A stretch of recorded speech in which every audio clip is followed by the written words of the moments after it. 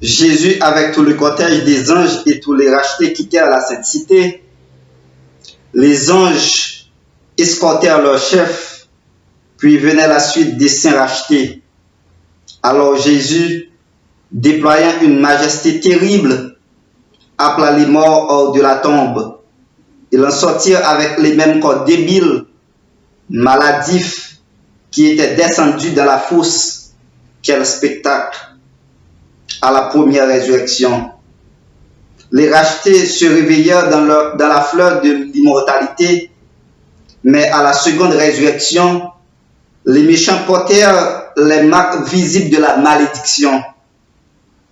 Les grands de ce monde, les rois, les faibles et les forts, les savants et les ignorants, tous se révèlent ensemble. Tous voient le Fils de l'homme et ces mêmes créatures qui le méprisèrent se moquèrent de lui, mirent une couronne d'épines sur son front sacré et le frappèrent avec un roseau, le voir dans toute sa royale majesté. Ceux qui avaient craché au visage à l'heure de sa passion se détournèrent maintenant de son regard perçant et de l'éclat de son visage. Ceux qui enfoncèrent des clous dans ses mains et ses pieds voient maintenant les stigmates de la crucifixion. Il en est de même pour ceux qui paissèrent à son côté. Tous peuvent se rendre compte de ce que bien c'est lui qu'ils ont crucifié et dont ils se sont moqués lorsqu'il allait mourir. Il pousse maintenant un long cri d'angoisse et s'enfuit pour se cacher dans la présence du roi des rois et du Seigneur des seigneurs. Tous cherchent la protection des rochers pour ne pas voir la gloire terrible de celui qu'ils ont autrefois méprisé, puis anéanti de la souffrance devant sa majesté et l'éclat de sa gloire. Ils élèvent tous ensemble la voix, ils s'écrient: béni soit celui qui vient au nom du Seigneur. Alors Jésus et ses anges, accompagnés de tous les rachetés, retournent dans la cité. Les méchants condamnés remplissent les airs de leur lamentation et de leur gémissement. Je vis alors que Satan recommençait son œuvre. Il passait et repassait parmi ses sujets, fortifiait les faibles et leur disait bien qu'il est de ces anges qui étaient puissants. Il leur montrait les innombrables millions qui étaient ressuscités. Il se trouvait parmi eux des guerriers fameux, des rois habiles à conduire des batailles, qui avaient conquis des royaumes. Il y avait là des puissants géants, des hommes vaillants, qui n'avaient jamais perdu une bataille. Là se trouvait l'orgueilleux et l'ambitieux Napoléon, dont l'approche faisait trembler les royaumes. Il y avait des hommes de haute stature et au port digne qui étaient tombés dans la bataille assoiffée de conquête. En sortant de leur sépulcre, ils reprennent le cours de leur pensée ininterrompu par la mort. Ils nourrissent le même désir de vaincre qui les animait quand ils tombèrent. Satan tient conseil avec ses anges et ensuite avec ses rois, ses conquérants, ses hommes puissants. Puis il regarde cette immense armée et leur dit que ceux qui se trouvent dans la cité ne sont qu'une petite troupe, qu'ils peuvent monter contre elle, la prendre, en chasser les habitants et posséder toutes ses richesses et sa gloire. Satan réussit à les tromper et tous commencent à faire des préparatifs pour la bataille. Il y a beaucoup d'hommes habiles dans cette vaste multitude et ils se mettent à construire toutes sortes d'instruments de guerre. Ensuite, Satan à leur tête, cette immense armée se met en marche. Immédiatement après Satan, viennent les rois et les guerriers, Puis la multitude rangée par compagnie, chacune d'elles a son chef, dans leur marche à travers la terre désolée, ils observent un ordre parfait en se dirigeant vers la sainte cité. Jésus ferme les portes de la cité environnée par cette immense armée de méchants. Ceux-ci se placent en ordre de bataille, s'attendent à livrer un rude combat.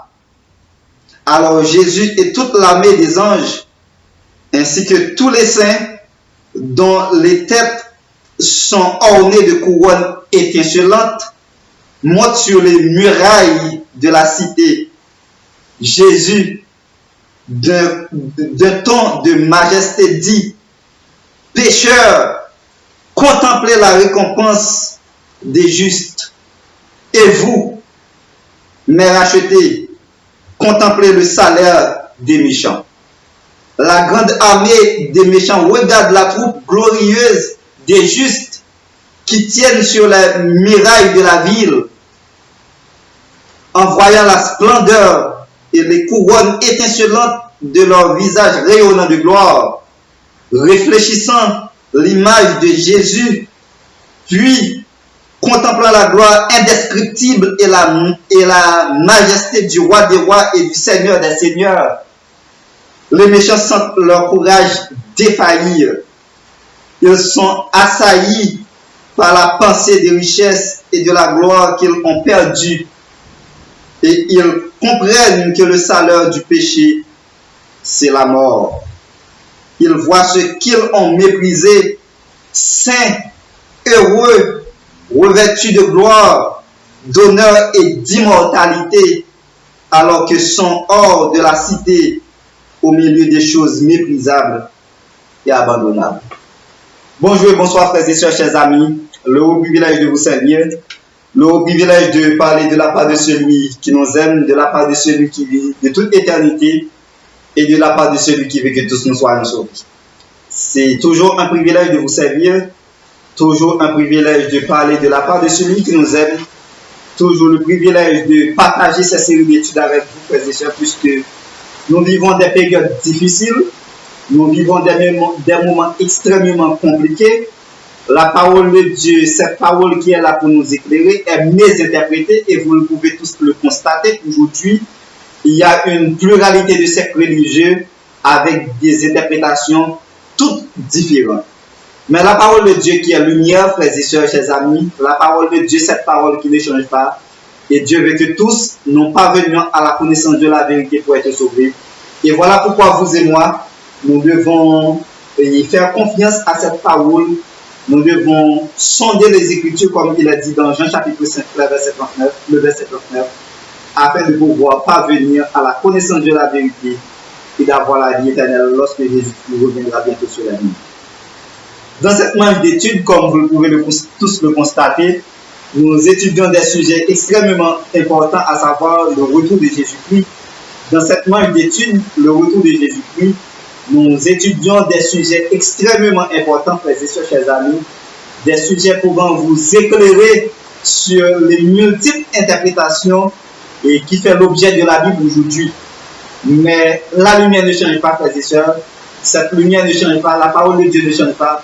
Faudrait-il bien que vous et moi, nous parvenions à la connaissance de la vérité pour être Dieu. Comme c'était annoncé dans la dernière étude, aujourd'hui, nous abordons le sujet, la troisième venue de Jésus-Christ, le verdict du jugement dernier sur les méchants et des rebelles. En plus, nous posons une question ça, et le très fondamental pour nous répondre tout, est-ce que pendant les 1000 ans, a bien vécu sur la terre? Malgré la dernière étude là, nous éclairons la question davantage. La Bible lui parlait. Pendant les 1000 ans, frères et sœurs, chers amis, pas bien vu sur la terre. Pas bien vu. Nous voyons la terre, la tournée un chaos, avec ce grand tremblement de terre qui saccageait la terre, les fondements de la terre renversés, les montagnes remuées de la place, donc ces cavernes dans les rochers, ces têtes chargées, pas bien vu sur la terre. Et voilà pourquoi Satan est lié pendant 1000 ans. Pendant 1000 ans, Satan est en prison symbolique. parce que pas bien activité autour des nations, pas bien vie, et pas bien opportunité pour voyager dans les autres mondes, donc pas bien activité pendant le moment, pas bien activité. Mais toujours est-il, il faut qu'on éclaire les questions davantage parce que si là, vous avez suivi l'étude, vous toujours poser des questions, vous toujours contacter nous en privé pour poser des questions et pour que nous soyons capables d'éclairer le sujet davantage une fois pour toutes. Pendant les 1000 ans, nous avons jugé Satan avec ses mauvais anges, nous avons jugé les perdus, pas d'activité sur la terre. Jésus-Christ est tourné chercher nous, nous avons passé 1000 ans dans le ciel avec lui, donc pas d'activité sur la terre. Maintenant, Jésus-Christ lui retourné, ça son troisième venue. Jésus-Christ est venu déjà, venu mourir sur la croix. La tournée vient chercher nous dans la deuxième venue, c'est pour les racheter. Maintenant, dans la troisième venue, les morts, il y a ressuscité maintenant, et nous soutenons dans le premier écrit pour vous, qui ça Satan a fait lorsque tout le monde s'est ressuscité. Dans la seconde résurrection que nous soutenons ensemble avec vous, la seconde résurrection, premier écrit, chapitre 70. Donc, Satan, lorsqu'il constate toute catégorie de monde ils ont ressuscité, Jésus-Christ a appelé hors de leur tombe. Donc, ils ont sorti, mais ils ont sorti avec même corps débile qui ont été gagnés, même corps maladif qui ont été gagnés. Ils ont sorti avec toute cicatrice, c'est-à-dire, les gens qui étaient morts avec un cancer là, ressuscité avec le même cancer là. Les gens qui étaient morts avec sida là, ressuscité avec le même sida.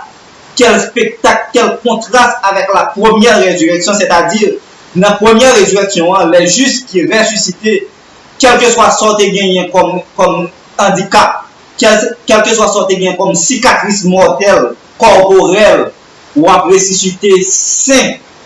Donc tout ça a été dans la tombe pour les justes. Ou tu es mort avec un pied, ou pas ressusciter avec un pied, ou à ressusciter avec tout des pieds vivants, ou à ressusciter avec une nouvelle jeunesse. Ou tu es mort avec une main, ou à ressusciter avec tout des mains, ou tu es mort avec un jet, ça c'est pour les sauver. Ou tu es mort avec un jet, ou à ressusciter avec tout des jets. Ou tu es mort avec une cicatrice sous peau, ou à ressusciter saint, net, d'immortalité. C'est délice pour les sauver. C'est délice pour les sauver, chers amis, c'est délice. Ou tu es mort, ou tu es perdu une dent, ou à bien dent dans la bouche, ou pas perdu encore. Ou pas perdu, c'est la joie de l'éternité. C'est la joie pour les justes. C'est la joie pour les sauver.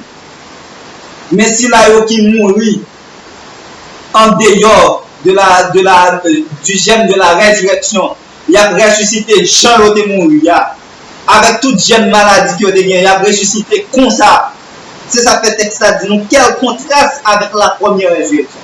Mais maintenant, Satan qui voit tout le monde ça ressuscité comme il a, l'a rangé pour faire la guerre avec le camp des saints. Pas oublier, dans la dernière étude là, Jésus-Christ l'a déposé pied avec la nouvelle Jérusalem sur le mont des Oliviers. Et le mont des Oliviers l'a tourné une immense plaine. Et c'est là la nouvelle Jérusalem l'a déposé.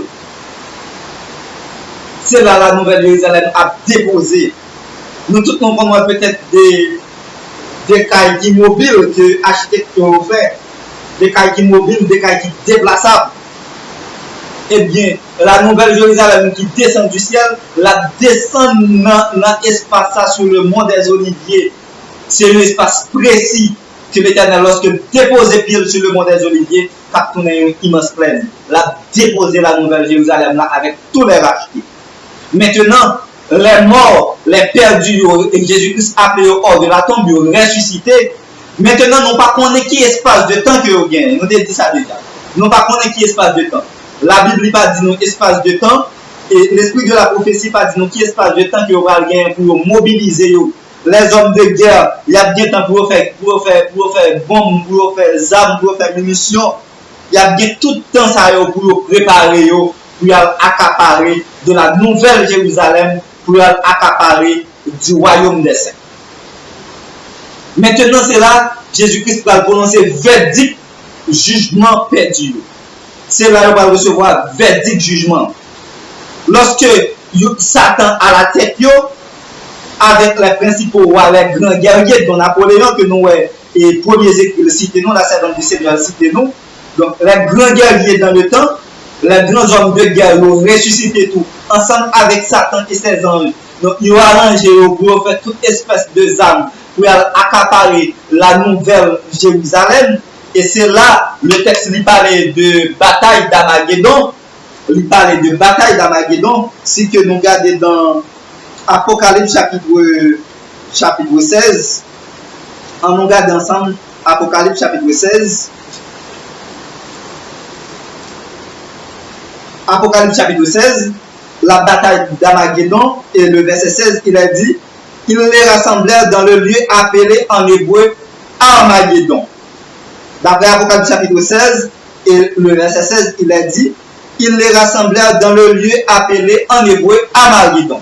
C'est-à-dire, Armageddon, ça, c'est lieu côté Élie avec les 750 prophètes de Baal. Ils ont livré la guerre, puisque tu dois gagner un distinguo entre le vrai Dieu et le faux Dieu. Donc, Élie, il était pris position pour le Dieu du ciel, pour le vrai Dieu, et les 750 prophètes de Baal. Donc, ils étaient rassemblés ensemble pour être capables de démontrer qui est le vrai Dieu. Et Armageddon, ça fait référence au monde et au Megiddo, côté il était livré bataille avec les 750 prophètes de Baal, et nous voyons qui ça s'est passé. Il était révélé et réellement que c'est le Dieu du ciel qui est le vrai Dieu, et par la suite, il était tué tous les 750 prophètes de Baal. Donc, il était tué tout. Il en est de même, Satan qui rassemblait les méchants, qui rassemblait les perdus, pour y conquérir la nouvelle Jérusalem. Maintenant, on regarde ça qui a privé dans l'Apocalypse chapitre 20. On regarde qui ça a privé dans l'Apocalypse chapitre 20. Et au verset 14, le verset 14 et le verset 15, il a dit, et la mort et le séjour des morts fut jeté dans l'étang de feu. Et la mort et le séjour des morts fut jeté dans l'étang de feu. C'est la seconde mort, l'étang de feu. La mort et le séjour des morts furent jetés dans l'étang de feu. C'est la seconde mort, l'étang de feu. En pile monde fait comprendre que c'est peut-être de laver, on dit comme ça, dans mon langage là pour comprendre, c'est peut-être de laver l'Éternel a lavé la terre, premièrement. C'est comme si vous comprenez, a bien un premier feu qui descend du ciel dans la première résurrection qui consume les méchants, et dans le second temps, a bien un deuxième feu qui consume les méchants. Non. Non. Jésus-Christ retournait, tous les morts en Christ ressuscités. Nous avons étudié la résurrection spéciale de ceux qui l'ont percé Jésus-Christ. Donc, avant les saints ressuscités, eux-mêmes ont ressuscité pour contempler la gloire de Dieu. Et il a tombé la face contre terre parce qu'il a mouru, il n'est pas capable de subsister. Les morts en Christ ressuscités, accompagnés des saints sur la terre vivante, transformés à l'encontre de Jésus-Christ dans les airs. Donc, tout le reste, nous aurait été mouru sur la terre. Les gens qui étaient morts avant Jésus-Christ était venu, qui est encore dans la tombe, qui part du camp de Jésus, et encore dans la tombe. Et c'est ça que nous, le texte dit nous, lorsque Jésus-Christ l'a descendu, les gens pour sortir hors de leur tombe. Maintenant, c'est là ça Jésus-Christ va prononcer verdict jugement des perdus. Dans le verdict jugement perdu, c'est la seconde mort. Lorsque vous arrangez pour accaparer le camp des saints, eh bien Jésus-Christ a le fait descendre du ciel pour consumer Satan, ses mauvais anges et tous les perdus. Et ben moi, lis paragraphe ça ensemble avec nous dans premiers écrits, la seconde mort. Ben moi, lis avec nous. Satan se précipite au milieu de sa troupe, cherchant à pousser cette multitude à agir. Mais Dieu descend le feu du ciel et les grands de ce monde les puissants, les nobles et les misérables, tous sont consumés. Tous sont consumés. J'en vis qui était détruit immédiatement, alors que d'autres souffraient plus longtemps. Alors, nous venons avec étude ça pour éclaircir plusieurs points, puisque nous avons étudié le retour de Jésus-Christ suivant plusieurs paramètres, suivant plusieurs études, donc il faut que nous éclairions plusieurs points. L'enfer, est-ce que c'est un lieu qui veut l'enfer pour que les gens va souffrir jouer? Non. Les gens qui sont méchants qui ressuscitent, ensemble avec les mauvais anges et à la tête de Satan, non pas contre qui espace de temps qu'il a gagné pour faire tout préparatif pour accompagner le temps des saints, non pas contre. La Bible pas révélé nous, l'esprit de la prophétie pas révélé nous tout. Combien de temps il a gagné pour faire tout préparatif ça? Non pas contre, frères et sœurs, chers amis, non pas contre. Mais lorsque tout préparatif fin fait pour y livrer bataille, la bataille la Magidon, pour y livrer bataille ça, eh bien Jésus-Christ l'a fait descendre le feu du ciel, l'a consumé les grands, les puissants de ce monde. Mais la servante du Seigneur dit que les rois qui mourit, qui consumé immédiatement, et bien l'autre qui prend beaucoup plus de temps pour mourir. Exemple est très simple. Bon, fin le paragraphe là pour nous comprendre. Alors que d'autres souffraient plus longtemps, ils recevraient selon leurs œuvres qu'ils avaient faites étant dans leur corps. Quelques-uns mirent plusieurs jours à se consumer, et aussi longtemps qu'ils restaient en eux quelques vies, ils étaient conscients de leur souffrance. L'ange dit, le ver ne mourra point, leur feu ne s'éteindra point, tant qu'il y aura un atome à dévorer. Satan et ses anges souffraient longtemps. Le grand ennemi des âmes ne portait pas seulement le poids de ses péchés, mais aussi celui des péchés de l'armée des rachetés qui avait été placé sur lui. Il dut aussi souffrir pour la perte des âmes qu'il avait causées. Alors je vis que Satan et toute l'armée des méchants étaient consumés et que la justice de Dieu était satisfaite. Toute l'armée des anges et tous les rachetés s'écrient Amen. L'ange me dit, Satan est la racine, ses enfants sont les rameaux, ils sont maintenant consumés, racines et rameaux, et ils sont morts d'une mort éternelle. Ils sont morts d'une mort éternelle. Jamais ils ne ressusciteront. Dieu aura un univers pur. Ensuite, je regardais et je vis le feu qui avait consumé les méchants. Il brûlait tout ce qu'il y avait d'immonde et de souillé. Il purifia la terre. Je regardais de nouveau et je vis la terre purifiée. On ne voyait plus le moindre signe de malédiction. La surface de la terre, auparavant bouleversée, ressemblait alors à une immense plaine. L'univers entier que Dieu avait formé était purifié. Le grand conflit était terminé. Donc, c'est-à-dire le feu qui descend du ciel pour consumer Satan et ses mauvais anges. Bien monde qui prend plus de temps dans le feu pour brûler. Satan avec ses mauvais anges a pris plus longtemps dans le feu. Pour quelle raison? On nous comprend ça. Ce n'est pas un symbolisme, mais c'est une réalité. Si on mettait du feu dans l'espace, pas on a une fraction de seconde, yo passé. Les branches dans une fraction de seconde, yo passé. Pas yo boule plus rapide, yo anéanti plus rapide que branche yo, on d'accord. Et branche yo anéanti plus rapide que tronc, on d'accord. Et tronc anéanti plus rapide que racine, on d'accord. Et c'est ça que texte avait montré. Puisque nous les humains, nous sommes inférieurs aux anges. Il faut nous comprendre ça clair, frères et sœurs, chers amis. Nous inférieurs aux anges. Matière que nous créons est inférieure à la matière des anges créés. Et matière des anges créés inférieure à matière que Lucifer, Satan créé. Faut nous comprendre ça. Les humains, les perdus, les méchants, ils ont brûlé plus rapide. Plus rapide, ils ont brûlé, ils ont anéanti, ils ont fini pour jamais. Les anges prennent plus de temps que les humains pour anéantir. Et Satan prend plus de temps que ces mauvais anges pour anéantir. C'est ça. C'est-à-dire Satan, c'est le dernier monde. Bon, je ne vais pas dire monde, je m'excuse. C'est le dernier être qui a brûlé en dernier. Qui a fini par brûler. Dernier racine, c'est Satan.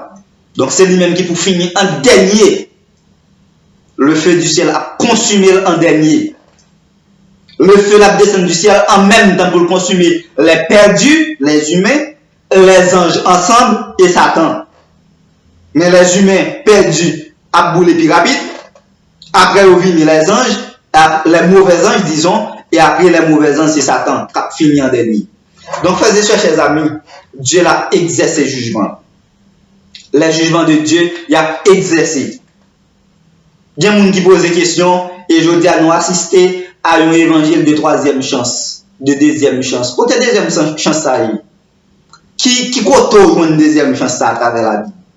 Qui compte aujourd'hui? Pendant les 1000 ans, les rachetés dans le ciel avec Jésus-Christ, il a jugé les perdus, il a jugé Caillou, il a passé en revue la vie. Pas de vie sous la terre, Satan en prison symbolique ça, et vous dites une deuxième chance.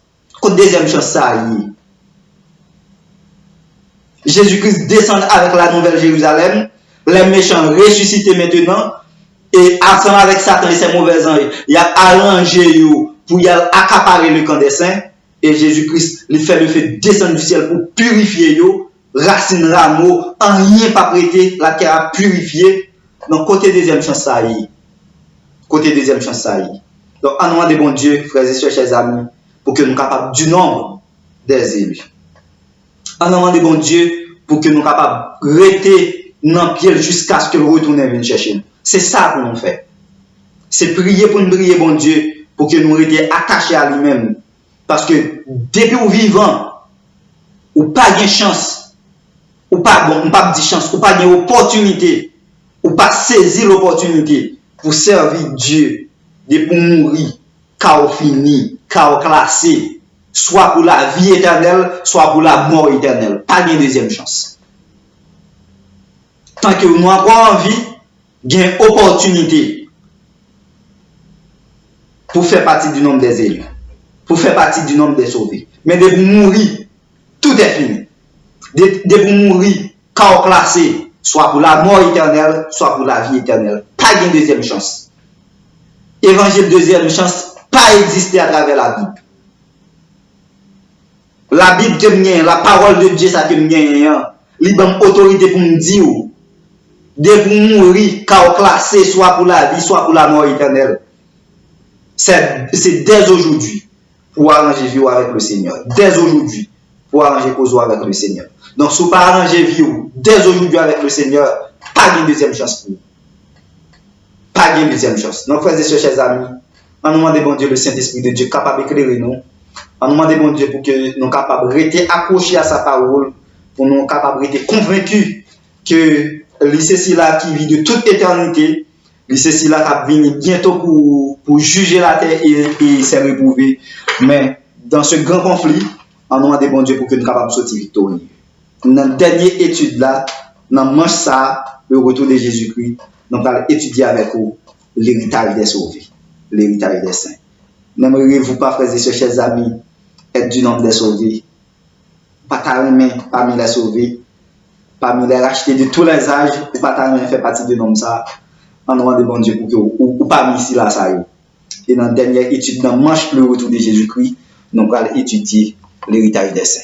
Donc restez avec nous, c'est un plaisir pour nous avec vous, c'est un plaisir pour nous connaître que ou connecter sur le canal là, ou continuer à regarder des vidéos, à partager avec le maximum de gens possible, continuer à partager, continuer à faire plus de monde connaît cette parole qui sauve, cette parole qui délivre, on permettre que plus de monde découvrir la vérité, pratiquer la vérité ça dans la vie, parce que nous avons besoin de frères et sœurs. l'évangile tête en bas, ça qu'a prêché aujourd'hui, il faut nous découvrir la vérité, il faut que nous sondions les Écritures pour que nous ne pas boire les plaies de Satan. Heureux de vous être fidèles. Heureux de partager les études avec vous. Et à la prochaine. Dans la prochaine étude, dans cette dernière manche, le retour de Jésus-Christ, nous étudions ensemble l'héritage des saints, l'héritage des sauvés. Merci de nous être fidèles. À la prochaine.